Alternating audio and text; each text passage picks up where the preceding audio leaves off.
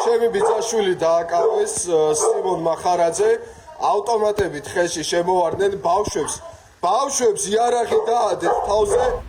Specoperația Simon Maxaradzis დასაკავებლად ოზურგეთში გამთენისას ჩაატარეს. 70-მდე სპეცრაზმელი გააგზავნა გელაძემ სამოქალაქო აქტივისტისთვის ხელბორკილების დასადებად. ირკვევა, რომ კბილებამდე შეიარაღებულმა ძალოვნებმა ააციოკეს ოჯახი და შეაშინეს არასრულ წლოვნები. მეორე სართულზე ბავშვები სანამ გაღვიძებული არ იქნებოდნენ, შეუვარდნენ ავტომატებით ხელში. დედას მიმართ არა, დედა მე არაო.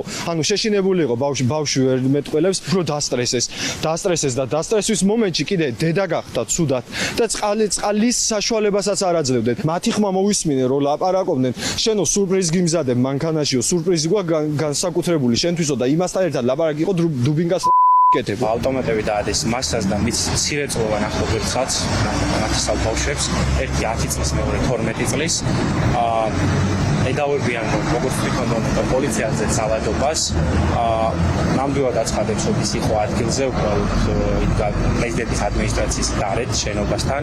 6 წლის შვილის თანდასწრები დააკავეს მარიამ მეყანწეშვილიც. ხელწერა გელაძის უწყებას არც მისი დაკავების დროს შეუცვლია. სამოქალაქო აქტივისტი, რომელიც ბოლო წლების განმავლობაში ივანიშვილის პოლიტიკის აქტიური კრიტიკოსია და ყველა აქციაზე ისმის, მისი ხმა ახლა ბრალის წარდგენას ელოდება. ირკვევა, რომ ათონელის სასახლის და მეყანწეშვილი საერთოდ არ ყოფილა, თუმცა ის ერთ-ერთია, რომელსაც ორგანიზებული ჯგუფური ძალადობის ორგანიზებას ედავებიან.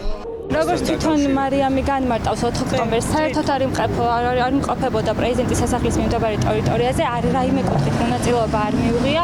იყო აქციაზე, საპროტესტო აქციაზე, თუმცა უშუალოდ პრეზიდენტის სასახლის მიმდებარე ტერიტორიაზე არ ყოფილა.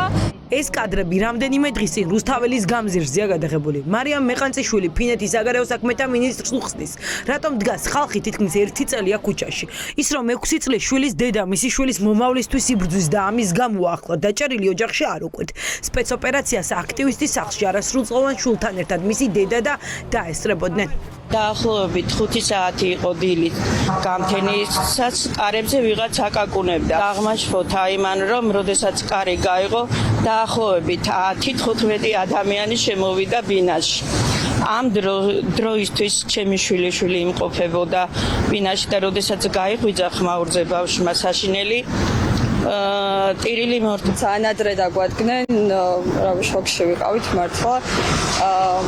ორ კვადრატულ ბინაში 10-15 კაცი შემოვარდა, გავგებარი მიზეზით, არც დაასახელეს რა მიზეზით აკავდნენ მარიამს, ჩამოგვართვეს ტელეფონები. არაფერი არ განუმარტეს და არც უფლება მიცეს, რომ ადვოკატთან დაერეკა. არაპროპორციული ძალის გამოყენებით აიყვანა გელაძის უწყებამ დავით ღურცკაიაც. ახალგაზრდა კაცს სოციალურ ქსელში აქტივობები დაუწუნეს და 4 ოქტომბრის დიდ შეკრებაში მონაწილეობა არაპატიეს. რო შემოვიდნენ ეგრევე ტელეფონები წაგვართვეს და დროც არ ვიცი რომელი საათი იყო, მაგრამ ჩემი გასასვლელი სადღაც საათზე მეტხანს იყვნენ. და რო შემოვიდნენ, კარები შემოანგრიეს რა ეგრევე და ჩვენ გვეძინა.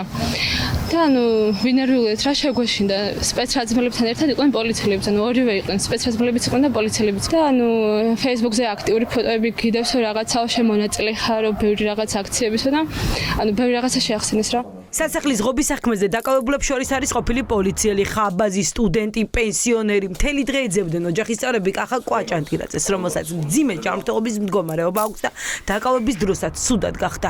ზაჰესისა და დიღმის იზოლატორებში გამოკეტილი ევროპული მომავლის მცველები ამბობენ, რომ კანონი დიდი შეკრების დღეს არ დაურღვევიათ. აქციაზე ყოფილა, თუმცა არანაირი დანაშაული არ ჩაუდენია.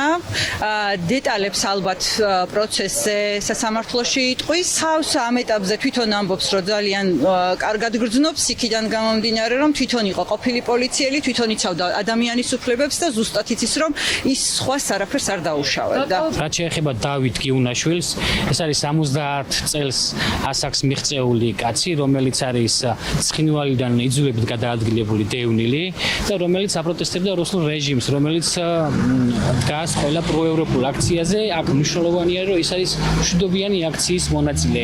არანაირ ძალადობაში მას მონაწილეობა არ მიუღია. დაკავებული არიან სხვადასხვა ლოკაციაზე, დიახ, ედავებიან ამ აქციის მონაწილეობის დროს შადენ დანაშაულს, თუმცა თუმცა არ ვიცი მუხლი, საქმის მასალები ჯერ არ გადმომცემია.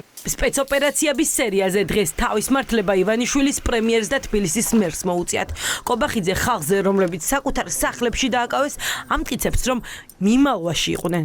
პრემიერად დასაქმებული კაცი ცდილობდა დღეს საზოგადოება მოიტყუებინა, რომ ძალოვნები ოჯახებსა და მცირეწლოვნებს არ აწიოკებენ. 4 წლის ბავშვს თავზე დაადეს იარაღი, ეს არის სამარცხვინო ტყუილი. ბატონო ირაკლი, თავად ამბობენ ოჯახის წევრები ამას, მე არ ვამბობ ამას. აი ეს არის თქვენი სტანდარტი, ხო, სამარცხვინო. სპეცრაზმელების შევარდნა. სად იმალებიან სახლებში? სპეცრაზმი ჭირდება, როდესაც ამდენი ხნის განმავლობაში იმალებიან ადამიანები, რა თქმა უნდა, სპეცრაზმის ჩართულობა არის საჭირო იმ სახლებში. მე მაქვს კითხვა დაკავების ფორმაზე. თქვენგან ასევე პირადად თქვენგანაც დაკავებენ, აბა ყვავილებით დაკავებას ვინმე თქვენგან გვახსოვს წინა ხელისუფლებაზე, როცა საუბრობ პატრიოტიკებით, რომ სახლში მივარდნები. სასახლის ღობის საქმეზე დაკავებების სერიას მეოცნებეები ისევ ანონსებენ. ახლა ამ საქმეზე 62 პირია პასუხისგებაში მიცემული, მათგან 2-ზე ძებნას ძალოვანი უწყება უახლოეს პერიოდში გამოაცხადებს.